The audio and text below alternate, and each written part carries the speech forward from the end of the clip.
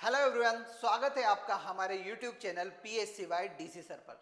दोस्तों, जैसा आप सभी को पता है, दीपावली से पहले MPPSC ने आपको बहुत बड़ा ऑफर दिया है और वह ऑफर है आपको अधिकारी बनने का। और उस अधिकारी बनने की जर्नी में हम आपका साथ देने के लिए वापस से आपके लिए तैयार हैं। जैसा आप सभी को पता है, 2024 में भी जितना भी प्रश्न प्रीलिम्स में पूछे गए वह सभी आंकड़े हमने आपको पढ़ाए थे। और आपको यकीन नहीं होता है तो प्रीवियस ईयर में जो डाटा हमारे यूट्यूब चैनल पे पड़ा हुआ है उसे आप एक बार पढ़िए और समझ में आ जाएगा कि सर ने बहुत अच्छा पढ़ाया था, जो कि हमारे एग्जाम में सीधा पूछा गया। तो दोस्तों, आज के इस वीडियो में हम उन सभी मुद्दों पर बात करेंगे, सिलेबस जानेंगे। सिलेबस जानना आपके लिए बहुत ज़रूरी है। कभी आपको सिलेबस याद नहीं रहता है तो यकीन मानिएगा आपका प्रीलिम्स कहीं ना कहीं छूटता है। क्यों? क्योंकि आप डेली न्यूज़पेपर पढ़ते होंगे। कभी मान लीजिए आपके में लिखा है अंतर्राष्ट्रीय घटनाक्रम, एक करंट का टॉपिक है, आपने पेपर पढ़ा, उसमें आपने अंतर्राष्ट्रीय घटनाक्रम को देखा, आपके दिमाग में सीधा लिंक होगा कि यह किससे संबंधित है, अंतर्राष्ट्रीय घटनाक्रम से संबंधित है और मेरे एग्जाम में पूछा जा सकता है। या किसी जैसे रायगढ़ का किला चर्चाओं में हाल ही में यूनिटी डे के लिए उसको थीम चुना गया है, तो आपको याद यहाँ से होगा कि पर्यटन में रायगढ़ का किला भी पूछा जा सकता है। क्यों? क्योंकि वह वर्तमान में चर्चाओं में था। तो ऐसा ही कुछ प्रश्न हमारा प्रीलिम्स पूछता है। क्यों पूछता है? क्योंकि वह न्यूज़ से कनेक्ट होता है। तो आज के इस लेक्चर में हम सिलेबस जानेंगे, हमने आपके लिए क्या नया लेके आए हैं उस पर भी हम चर्चा करेंगे।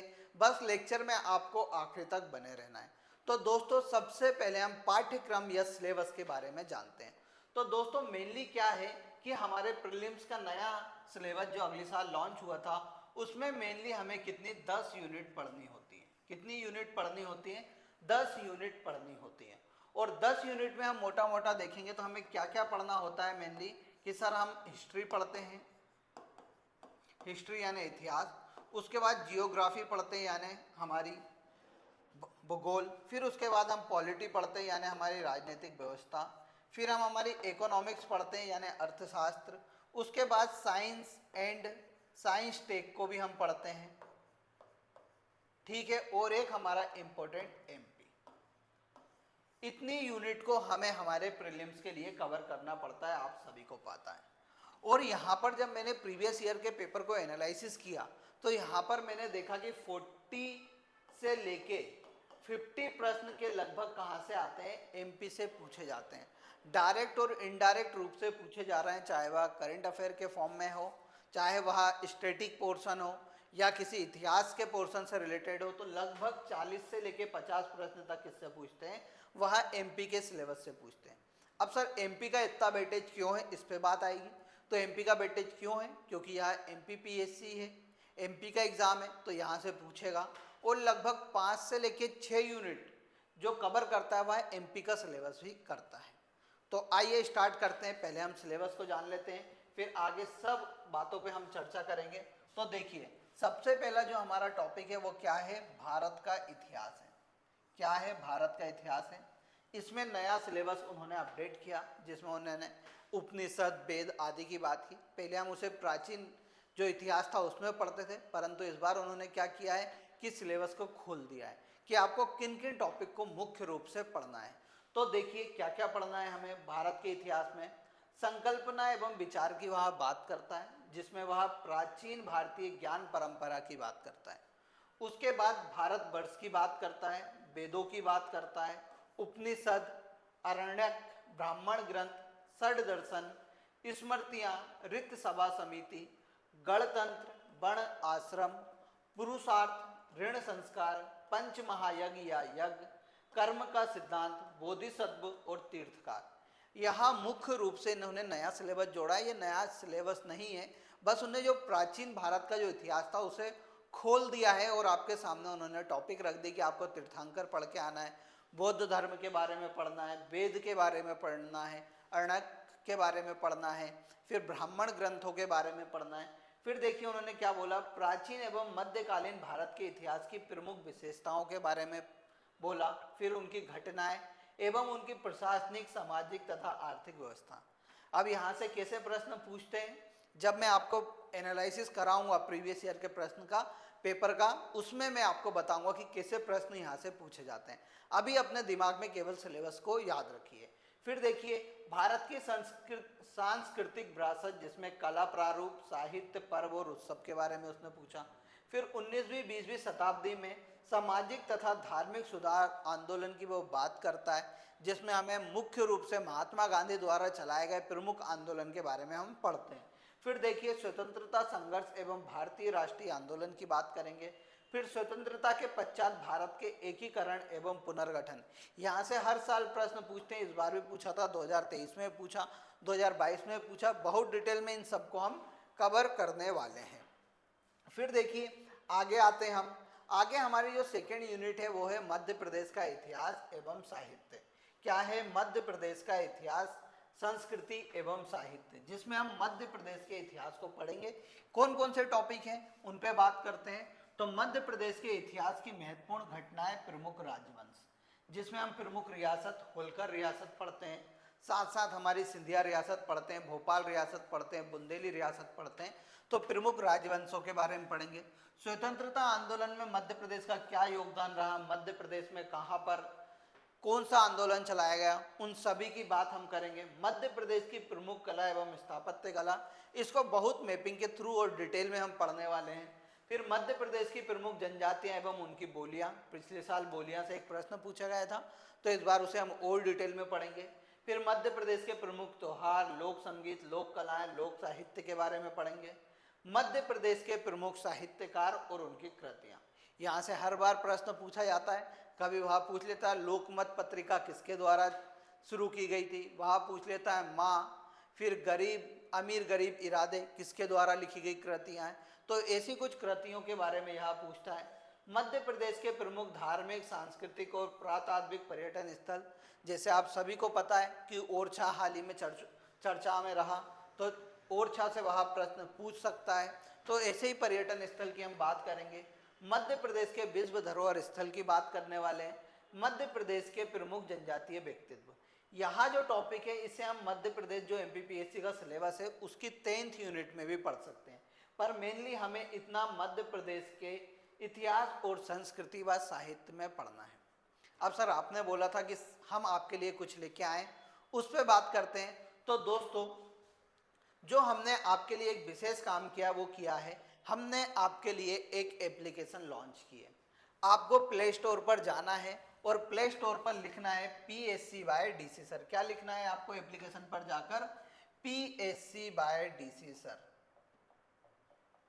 जैसे ही आप लिखेंगे आपको एक एप्लीकेशन मिलेगी। यहाँ देखिए, उसका जो फोटो रहेगा वो ऐसा रहेगा, जिसमें सर का फोटो लगा हुआ है, PSC बाय DC सर। 500 से अधिक लोगों ने वर्तमान में इसे डाउनलोड कर लिया। आपको इसे इंस्टॉल करना है, इस पर अपना रजिस्टर्ड करना है, और इसमें जब आप इसे ओपन करेंगे तो आपको 2 ऑफर देखने को मिलने वाले हैं। वो कौन कौन से ऑफर देखने को मिलने वाले हैं वो मैं आपको एक बार बता देता हूँ। हमने आपके लिए सबसे पहले 2025 के लिए एक टेस्ट सीरीज लॉन्च की है, जिसमें आपको 14,000 से अधिक क्या मिलने वाले हैं? प्रश्न मिलने वाले हैं। कितने मिलने वाले हैं? 14,000 से अधिक आपको प्रश्न मिलने वाले हैं। और यह प्रश्न मेनली जो प्रीवियस ईयर में पूछे गए प्रश्नों के आधार पर यह टेस्ट सीरीज हमने बनाई है। इसमें आपको 25 FLT मिलेगी। 25 FLT के साथ कितने प्रश्न मिलने वाले हैं?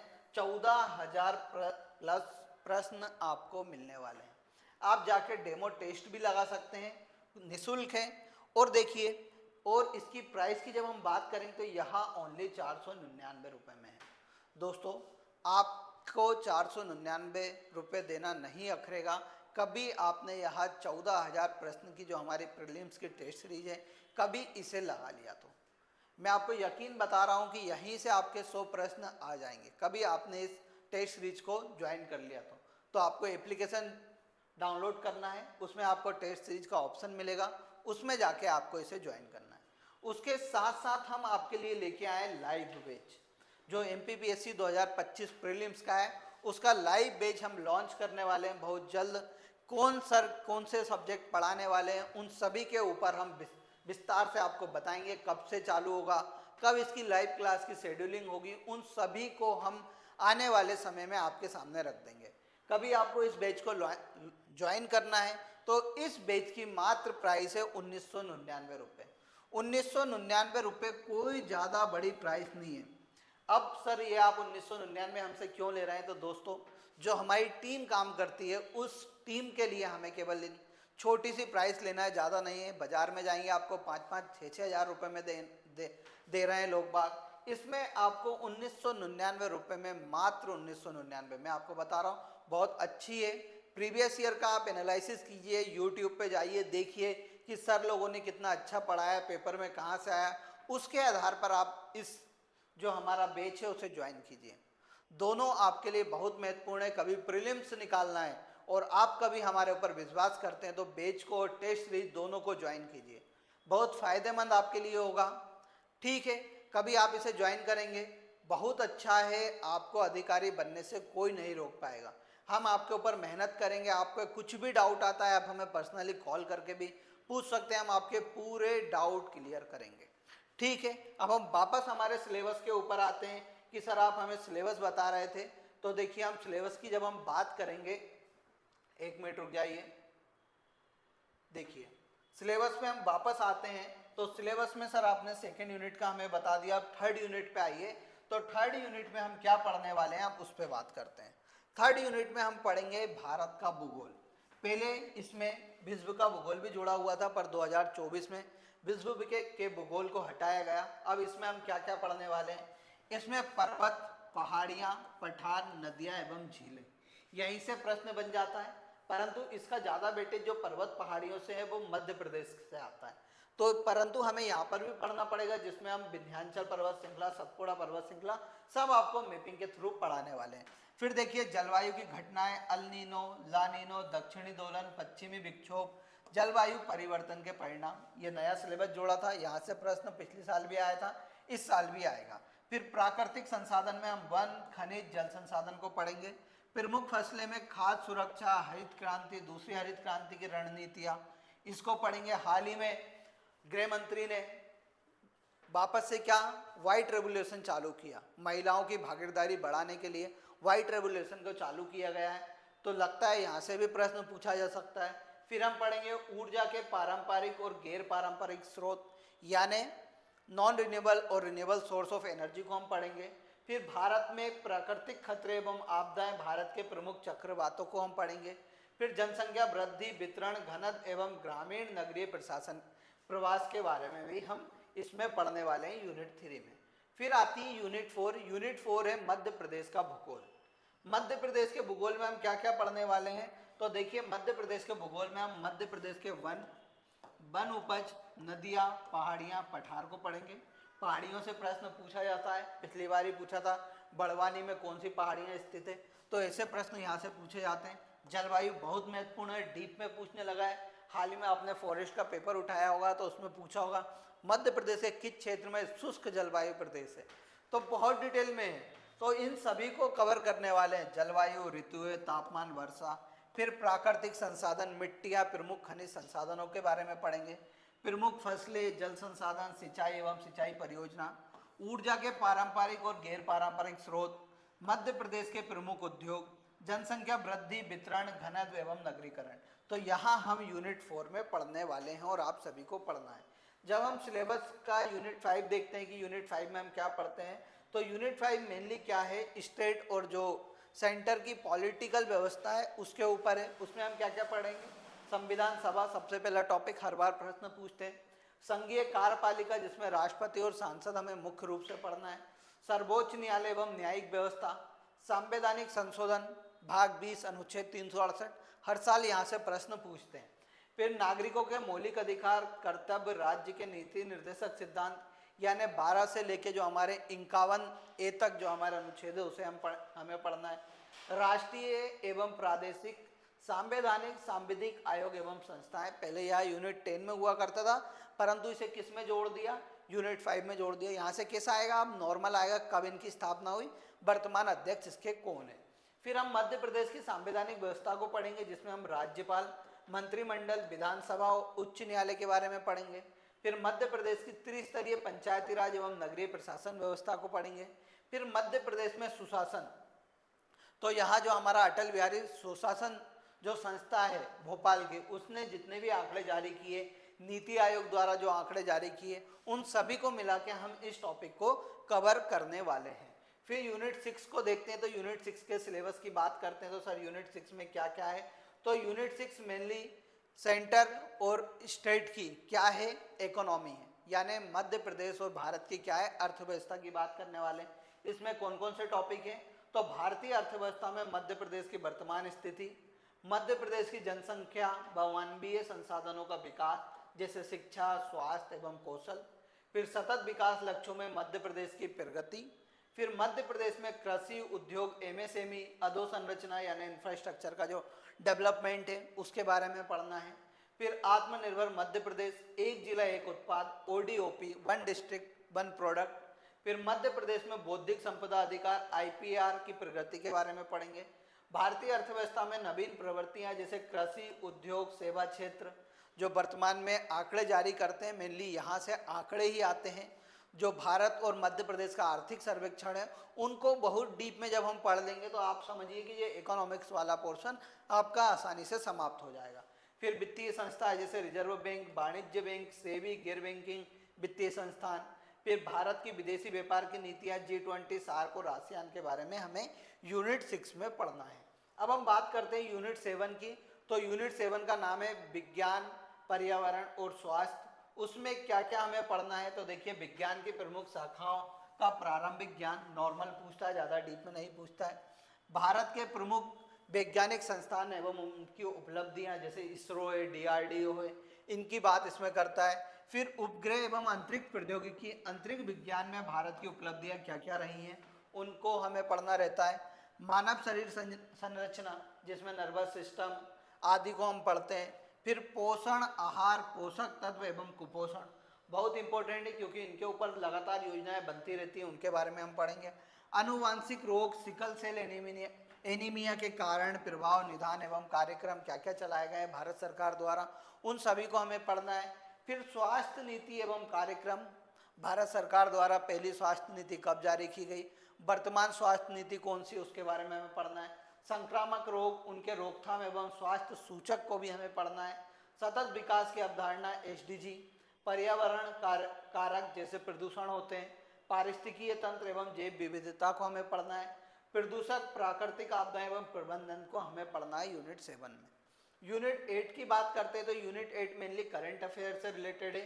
समसामयिक घटनाएं जिसमें हम पढ़ते हैं अंतर्राष्ट्रीय समसामयिक घटनाएं कौन सी हुई है, इंटरनेशनल लेवल पे किसकी नियुक्ति की गई है, कोई सा स्पोर्ट्स हुआ था उसमें कौन जीता है, वह सब पूछता है। राष्ट्रीय समसामयिक घटनाएं हमें पढ़ना है, नेशनल लेवल का करंट अफेयर। फिर मध्य प्रदेश की समसामयिक घटनाएं या हमें मध्य प्रदेश का करंट अफेयर भी हमें पढ़ना है, तो इसको भी बहुत अच्छे डीप में पढ़ने वाले हैं हम। फिर आती है यूनिट 9 जो कि हमारी साइंस एंड टेक्नोलॉजी से रिलेटेड है, यानी सूचना एवं सूचना प्रौद्योगिकी से रिलेटेड है, जिसमें हम कंप्यूटर के आधारभूत ज्ञान, कंप्यूटर को पढ़ेंगे। इलेक्ट्रॉनिक्स, सूचना एवं संचार प्रौद्योगिकी को पढ़ेंगे। Robotics, artificial intelligence, cyber security को बहुत अच्छे से पढ़ेंगे। ई गवर्नेंस इसमें पढ़ना होता है। इंटरनेट एवं सोशल नेटवर्किंग प्लेटफॉर्म के बारे में भी हमें पढ़ना है। फिर आता है यूनिट 10 में। तो यूनिट 10 मेनली किससे रिलेटेड है? मध्य प्रदेश की जनजातियों से रिलेटेड है। इसमें हमें मध्य प्रदेश की जनजाति मुख्य रूप से पढ़ना होती है, जिसमें हम क्या क्या पढ़ेंगे मैं आपको बता देता हूँ। किसमें आपको पढ़ना है? मध्य प्रदेश की जनजातियों का भौगोलिक विस्तार पूछा गया था, कोई सी छोटी जनजाति पूछ लेंगे कि यह जनजाति मध्य प्रदेश के किस स्थान पर रहती है, ऐसे प्रश्न इससे पूछे जाते हैं। जनजातियों से संबंधित संवैधानिक व्यवस्थाओं के बारे में पूछते हैं कि किस संविधान के अनुच्छेद में जनजातियों का उल्लेख है, किसके तहत इन्हें आरक्षण दिया गया है, उन सभी की बात इसमें करते हैं। फिर मध्य प्रदेश की प्रमुख जनजातियां जैसे भील, कोरकू, गोंड, सहरिया, भारिया आदि जनजातियों के बारे में पढ़ना है। विशेष पिछड़ी जनजातियां जो मध्य प्रदेश की 3 अति पिछड़ी जनजातियां हैं, हाल ही में भारत सरकार द्वारा पीबीटीजीएस मिशन इन्हीं के लिए लागू किया गया है, तो इसके ऊपर हमें बहुत विशेष रूप से पढ़ना है इन 3 जनजातियों को। घुमंतु जनजातियां, ठीक है, घुमंती जनजातियों के बाद जनजातियों के कल्याण के लिए क्या क्या योजनाएं चलाई गई हैं उसको पढ़ना है। फिर मध्य प्रदेश की जनजातियों की सांस्कृतिक परंपराएं, विशिष्ट कलाएं, त्योहार, उत्सव, भाषा, बोलियां एवं साहित्य पूरा डिटेल में पढ़ेंगे। कहानी के रूप में जब बताएंगे तो आपको याद करने में भी आसानी होगी। फिर मध्य प्रदेश की जनजातियों के भारत के स्वतंत्रता आंदोलन में योगदान, हिस्ट्री की बात कर रहा है। एवं राज्य के प्रमुख जनजातीय व्यक्तित्व जैसे बादल भोई हुए, तांत्या भील हुए, फिर हमारे रघुनाथ सिंह मंडलोई हुए, आदि जनजाति व्यक्तित्व के बारे में हम डीप में पढ़ेंगे, जो वर्तमान में चर्चाओं में रहते हैं, जिन्हें पद्मश्री मिला है, उनको भी हमें पढ़ना है। फिर देखिए मध्य प्रदेश की जनजातियों से संबंधित प्रमुख संस्थान, संग्रहालय, प्रकाशन, बादल भोई कहाँ पर है, इंदिरा गांधी कहाँ पर है, जनजातीय संग्रहालय कहाँ पर है, उन सभी को हमें पढ़ना है। फिर मध्य प्रदेश की लोक संस्कृति एवं लोक साहित्य के बारे में पढ़ना है। तो यह 10 यूनिट थी। 10 यूनिट में मैंने स्टार्टिंग में बताया था हमें मुख्य रूप से एमपी पढ़ना है, क्योंकि एमपी से 40 से 50 प्रश्न पूछते हैं, बाकी अदर सब्जेक्ट हैं। और दोस्तों इन्हें इतने अच्छे से पढ़ना है कि हमारा पेपर जरूर क्वालिफाई हो सके। प्रीवियस ईयर में कुछ कारणों के कारण आपका क्वालिफाई नहीं हो पाया है, तो इस बार हमें जरूर इसे क्वालिफाई करना है। तो इसके लिए हमने आपके लिए क्या तैयारी की है वो भी मैंने आपको बताया। आपको ज़्यादा से ज़्यादा लोगों को जुड़ना है, ज़्यादा से ज़्यादा दोस्तों के साथ शेयर करना है, कभी हमारे ऊपर विश्वास है। प्रीवियस साल में भी हमने आपके लिए बहुत मेहनत की थी, इस साल भी करेंगे और अच्छी मेहनत करेंगे, जिससे आपका सिलेक्शन जरूर हो पाए। आपको दीपावली की शुभकामनाएं। सभी अच्छे से पटाखे फोड़िए, अच्छे से दीपावली बनाइए, और दीपावली जैसे ही समाप्त होती है उसके बाद सीधे आके अपनी पढ़ाई में लग जाना है, एक रूम में शिफ्ट हो जाना है, अपना मोबाइल ले लेना है, डेली लाइव क्लासेस देखना है, प्रैक्टिस करना है लगातार 100 दिन। जिसने 100 दिन मेहनत कर ली वो हमेशा सुकून से सो पाएगा, और नहीं की तो वापस फिर 1 साल का इंतजार करना पड़ेगा। तो ज़्यादा से ज़्यादा जुड़िए। मिलते हैं लगातार लेक्चर के साथ आपकी तैयारी में वापस पंख लगाने के लिए। धन्यवाद।